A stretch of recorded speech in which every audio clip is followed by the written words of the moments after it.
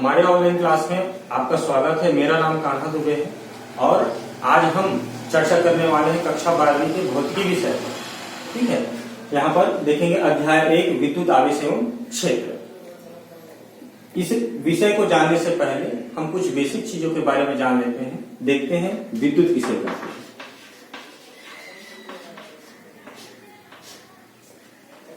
विद्युत में क्या किया जाता है? आवेशों का अध्ययन किया जाता है। जब किसी पदार्थ में हल्की वस्तु को आकर्षित करने का गुण उत्पन्न हो जाता है तो इसे हम विद्युत आवेश कह सकते हैं। विद्युत आपका दो प्रकार का होता है। पहला स्थिर विद्युत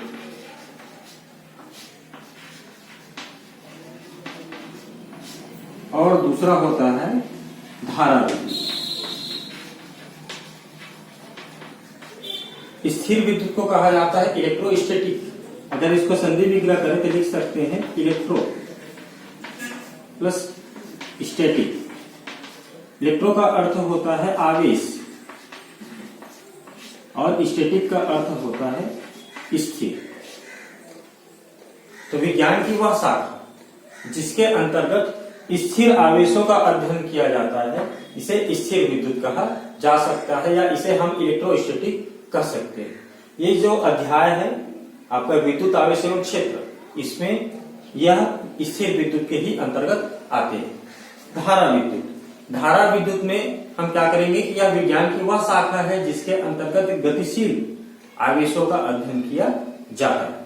ठीक है, गतिशील आवेशों में उदाहरण के लिए ले सकते हैं आपके घरों में जो प्रवाहित होने वाली जो तार है, वहां पर जो आवेश प्रवाहित होता है, जहां धारा प्रवाहित होता है, वह आपके धारा विद्युत के अंतर्गत आते हैं। आगे हम देखेंगे कि घर्षण विद्युत किसे कहते हैं।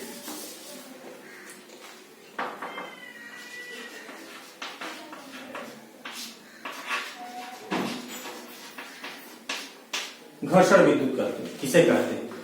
जब दो वस्तुओं को आपस में घर्षण कराया जाता है, रगड़ा जाता है, तो उसके कारण अगर आवेश उत्पन्न होता है तो उस आवेश को घर्षण विद्युत कहा जा सकता है।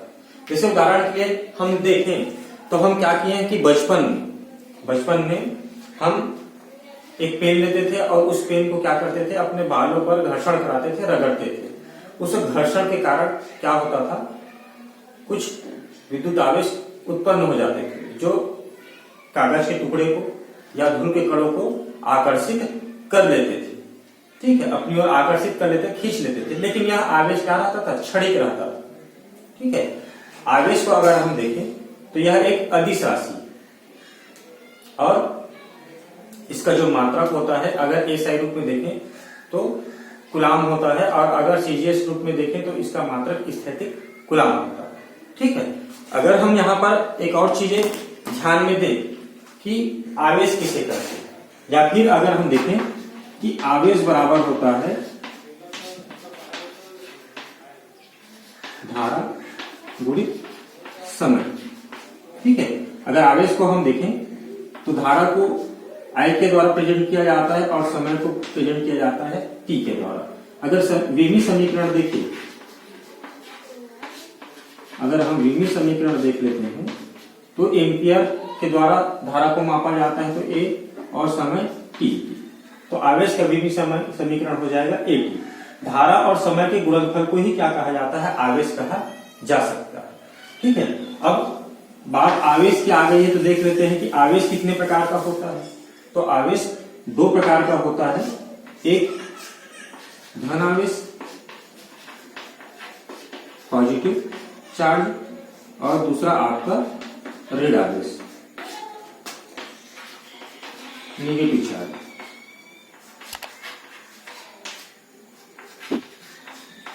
ठीक है, नेगेटिव चार्ज धनावेश और ऋण आवेश है।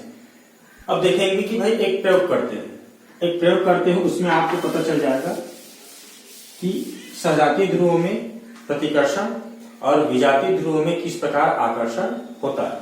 मान के चलते हैं, ठीक है, हमारा पहला प्रयोग क्या है कि एक कांच की छड़ लेते हैं। हमने क्या किया? कांच की छड़ ली, जो आवश्यक वस्तु है। कांच की छड़ ली और क्या लिया? रेशम के कपड़ा। रेशम का कपड़ा लिया और कांच के छड़ और रेशम के कपड़ों को क्या किया, आपस में रगड़ा। ठीक है, घर्षण कराया। घर्षण कराने के बाद हमने क्या किया कि एक दृढ़ पिंड लिया और अच्छी तरीका से कांच की छड़ को रेशम के कपड़े से रगड़ने के बाद उसे एक दृढ़ पिंड में धागा की सहायता से, ये धागा है आपका, धागा की सहायता से कांच का जो टुकड़ा है उस कांच के टुकड़े को, कांच की छड़ को हमने लटका दिया। ठीक है, और जब कांच की छड़ को रेशम के कपड़े से रगड़ा गया तो कांच की छड़ में धन आवेश उत्पन्न हो गया। उसी प्रोसेस को दोबारा दोहराते हैं और कांच की छड़ में फिर क्या करते हैं, रेशम के कपड़े को रगड़ लेते हैं और रगड़ने के बाद फिर उसको क्या किया जाता है, धागे की सहायता से फिर लटका दिया जाता है। दोनों को हम पास पास लटका दिए। ठीक है, ये भी आपका कांच का छड़ है और ये भी कांच की छड़।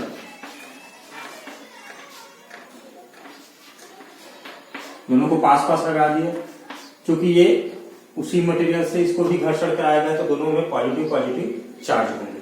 जब दोनों को पास लाया जाता है, लटकाया जाता है तो दोनों एक दूसरे को क्या करते हैं, प्रतिकर्षित करते हैं, प्रतिकर्षित करते हैं। ठीक है, फिर दूसरा हम प्रयोग दोहराते हैं और दूसरे प्रयोग में क्या करते हैं कि इस बार एबोनाइट की छड़ ली जाती है, कांच की छड़ न लेकर इस बार हम मटेरियल को बदल देते हैं और इस बार हम क्या करते हैं, एबोनाइट की छड़ लेते हैं। ठीक है, और हम क्या लेते हैं, बिल्ली की खाल।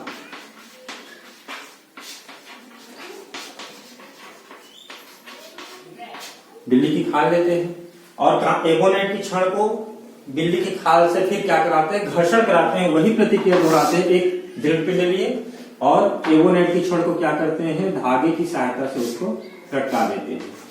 ये एबोनाइट की छड़ है। ठीक है, इस बार मटेरियल चेंज कर दिए और फिर उसी प्रोसेस को दोबारा दोहराते हैं। फिर एबोनाइट की छड़ लेते हैं और एबोनाइट की छड़ को क्या किया जाता है, ये भी एबोनाइट की छड़ है। इसको भी क्या किया जाता है, बिल्ली की खाल से रगड़ा जाता है। ठीक है, तो इसमें भी माइनस चार्ज उत्पन्न हो जाएगा और इसमें भी क्या हो जाएगा, माइनस चार्ज उत्पन्न हो जाएगा। दोनों माइनस माइनस होने के कारण फिर दोनों एक दूसरे को क्या करेंगे, प्रतिकर्षित करेंगे, दूर हटने का प्रयास करेंगे। तीसरा प्रयोग हम क्या करते हैं कि इस बार तीसरा प्रयोग में एक कांच की छड़ लेते हैं। ठीक है, एक कांच की छड़ लेते हैं और कांच की छड़ को क्या किया जाता है, रेशम के कपड़े से रगड़ा जाता है। ये कांच की छड़ है, छड़ को रेशम के कपड़े से रगड़े तो यहाँ पर चार्ज आया माइनस। और दूसरा हमने क्या किया, एबोनाइट की छड़ लिया और एबोनाइट की छड़ को क्या किया जाता है, बिल्ली की खाल से रगड़े। ये एबोनाइट की छड़।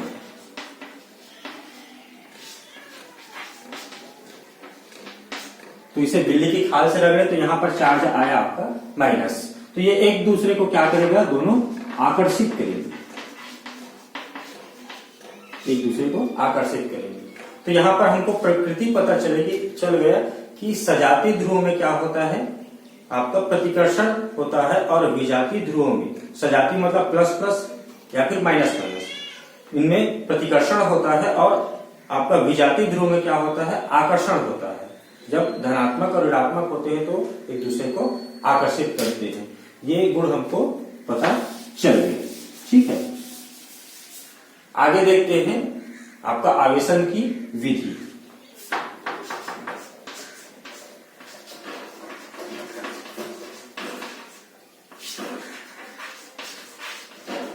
हमारा नया टॉपिक है, कैसे किसी पदार्थ को क्या किया जा सकता है, आवेशित किया जा सकता है। तो आवेशन की विधि, सबसे पहला विधि है आपका घर्षण द्वारा आवेशन। हम क्या कर सकते हैं, कोई दो पदार्थों को आपस में अगर हम घर्षण कराते हैं, रगड़ते हैं, तो उससे क्या होता है, आवेश उत्पन्न हो जाता है। ठीक है, जब दो पदार्थों को आपस में क्या किया जाता है, रगड़ा जाता है, जैसे हम मान के चले कि हमारा ये दो पदार्थ है, दोनों पदार्थों को आपस में रगड़े तो एक पदार्थ से इलेक्ट्रॉन निकलकर क्या होता है, दूसरे पदार्थ में चला जाता है। या दूसरे पदार्थों में से इलेक्ट्रॉन निकलकर पहले वाले पदार्थ पर चला जाता है। ठीक है, तो जिस पदार्थ से इलेक्ट्रॉन निकल जाता है वह धन आवेश हो जाता है, और जिस पदार्थ में इलेक्ट्रॉन चला जाता है वहां पर इलेक्ट्रॉनों की अधिकता हो जाती है, वहां पर ऋण आवेश हो जाता है। ठीक है, जैसे उदाहरण के लिए अगर हम देखें कि घर्षण द्वारा आवेशन के अगर उदाहरण देखें तो अगर हम देखें कि एक कांच की छड़ लेते हैं और कांच की छड़ को जब क्या किया जाता है, रेशम से रगड़ा जाता है, तो कांच की छड़ धनात्मक हो जाती है और रेशम का कपड़ा ऋणात्मक हो जाता है। तो कांच से जो इलेक्ट्रॉन है वह निकलकर कहां चला जाता है, रेशम के कपड़े में चला जाता है। ठीक है, तो जो ये दाता है, देने वाला है, इससे ये धनात्मक हो जाता है, और जो लेने वाला है आपका जो रेशम का कपड़ा वो क्या बन जाता है, ग्राही बन जाता है। लेकिन दोनों में अगर हम जांच करें तब पाएंगे कि जितना धन आवेश की मात्रा है उतना दूसरे पदार्थ पर ऋण आवेशों की मात्रा है। वह आवेश संरक्षण के नियम का क्या करता है, पालन करता है। ठीक है, दूसरा अगर हम यहां पर देखें आवेशन की विधि, तो चालन द्वारा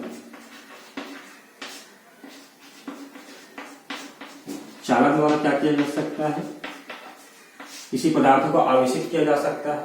इसके अंतर्गत हम ले सकते हैं कि अगर कोई भी एक पदार्थ आवेशित है, ठीक है, मान के चलते हैं कि ये जो पदार्थ है ये क्या है, पूर्ण रूप से आवेशित है, ये पहला वाला पदार्थ है।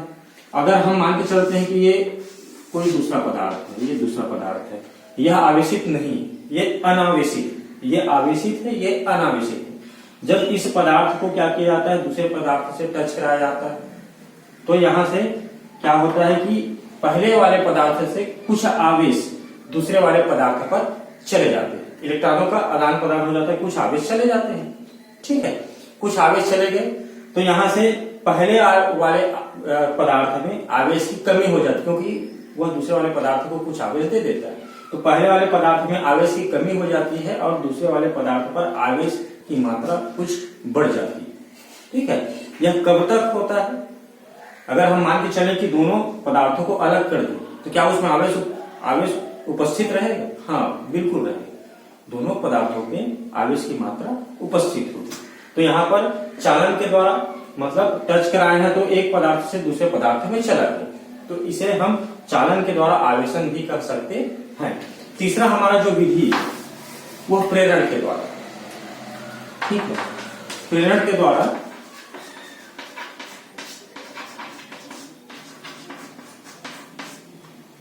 द्वारा आवेशन, तो यहां पर हम कह सकते हैं कि प्रेरण के द्वारा प्रेरित करना। ठीक है, यहां पर कोई भी एक आवेशित वस्तु, मान के चलते हैं यहां पर एक आवेशित वस्तु और पास में आपको कोई दूसरा वस्तु है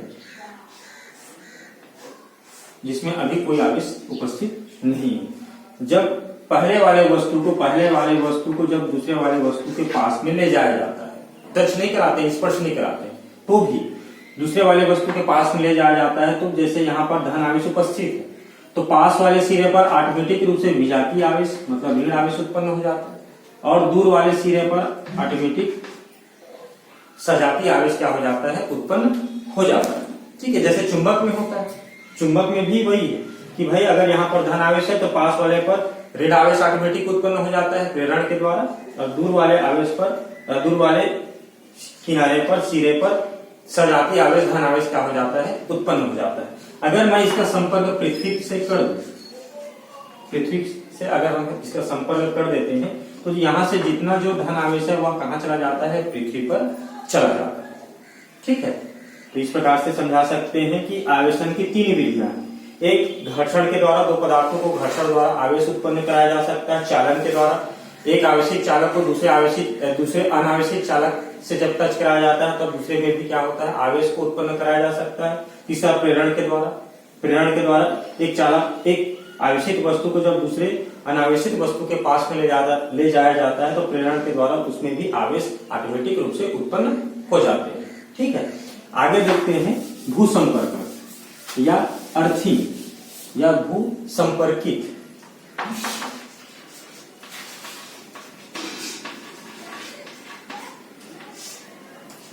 भू संपर्क है।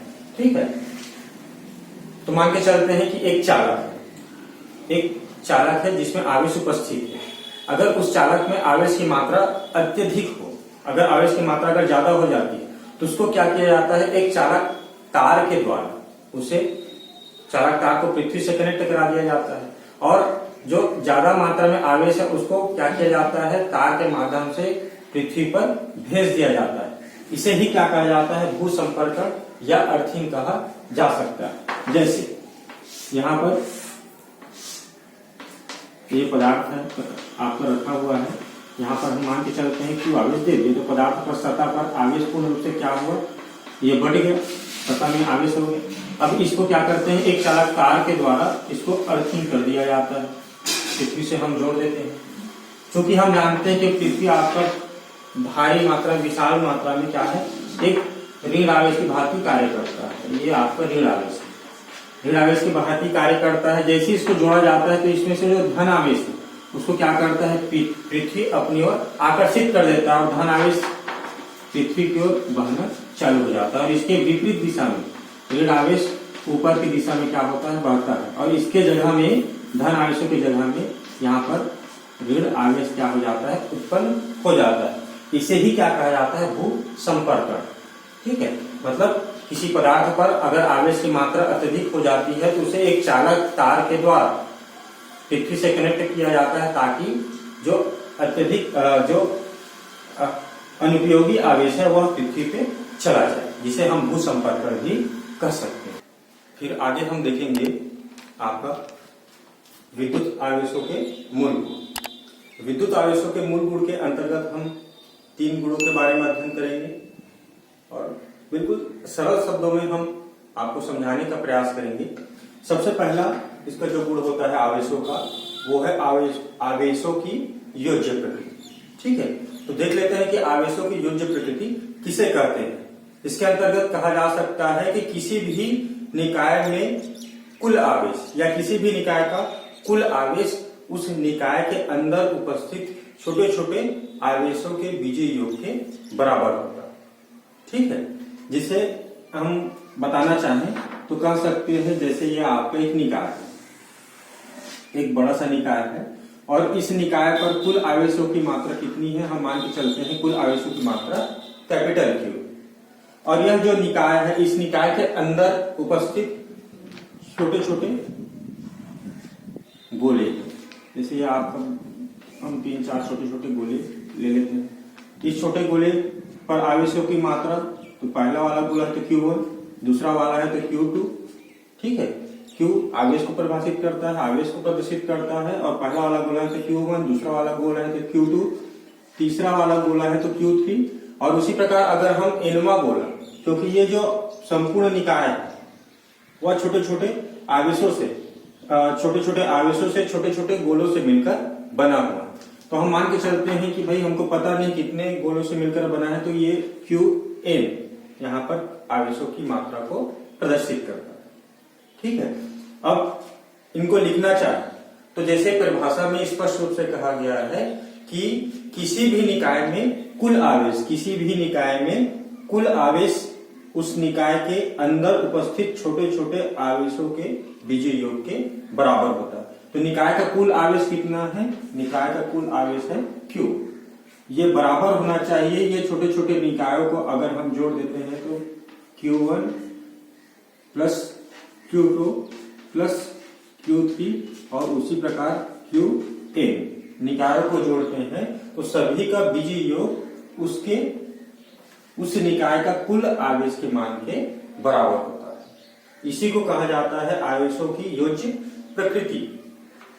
ठीक है, अगर हम एक तरीका से और समझना चाहें तो मान के चल सकते हैं कि किसी निकाय पर कुल धन आवेशों की मात्रा, मान के चलते हैं एक निकाय, ठीक है, तो किसी निकाय पर कुल धन आवेश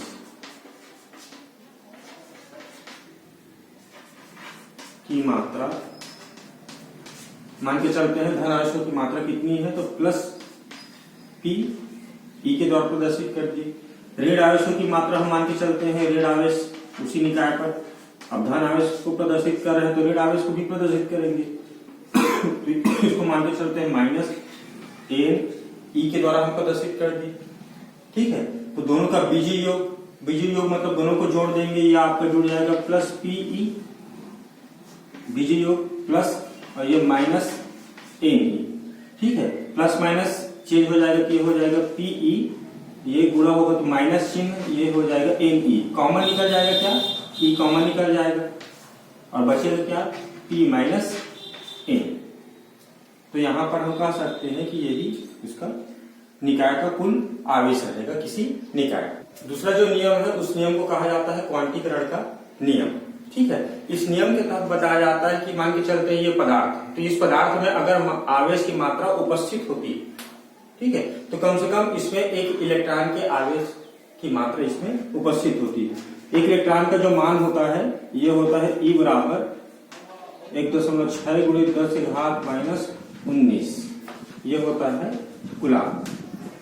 अगर इसी को स्थिर कूलाम में लिखना चाहें तो इसका मान हो जाएगा 4.8 गुणित 10 की घात माइनस 10, ये हो जाएगा स्थिर कूलाम। ठीक है, इस प्रकार से परिभाषित किया जा सकता है।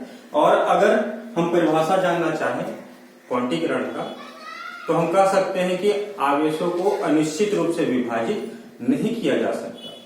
इसके इसी गुण को ही क्या कहा जाता है, आवेशों का क्वांटीकरण कहा जा सकता है।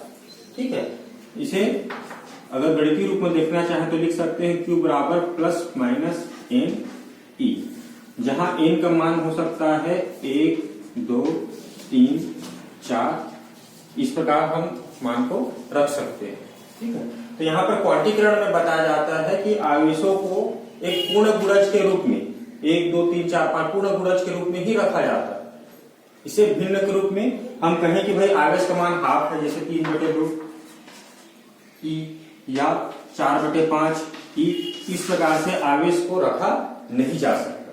वह पूर्ण गुणज में होगा, जैसे क्यू का मान हो सकता है, अगर एन का मान हम 1 रखें तो ये हो जाएगा ई, अगर एन का मान हम 2 रखें तो ये हो जाएगा 2e, अगर एन का मान हम 3 रखें तो ये हो जाएगा 3e।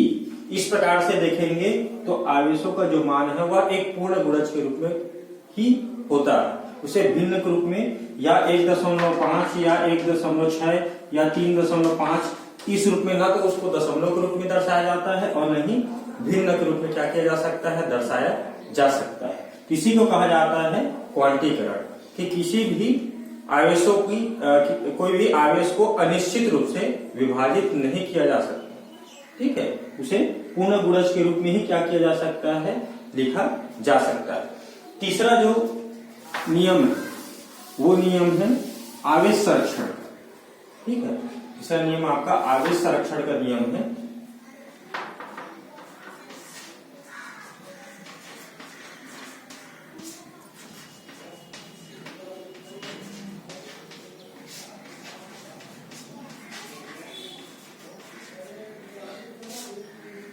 आवेश का संरक्षण का नियम। इस नियम के अंतर्गत बताया जाता है कि न तो आवेश को उत्पन्न किया जा सकता है और न ही नष्ट किया जा सकता है। सिर्फ क्या होता है, वह एक पदार्थ से स्थानांतरित होकर दूसरे पदार्थ में चला जाता है, इसे ही आवेशों का संरक्षण कहा जा सकता है।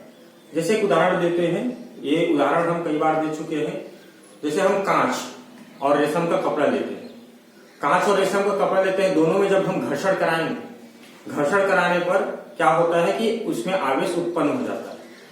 कांच में धन आवेश पाया जाता है और रेशम के कपड़े में ऋण आवेश पाया जाता है। जितनी मात्रा में कांच में धन आवेश पाया जाता है उतना ही मात्रा में रेशम के कपड़े में ऋण आवेश पाया जाता है। अगर दोनों का बीजीय योग किया जाए, दोनों को जोड़ देते हैं धनात्मक ऋणात्मक, तो उनका बीजीय योग का मान क्या आता है, 0 आ जाता है। इसे ही क्या कहा जाता है, आवेशों का संरक्षण का नियम कहा जा सकता है। ठीक है।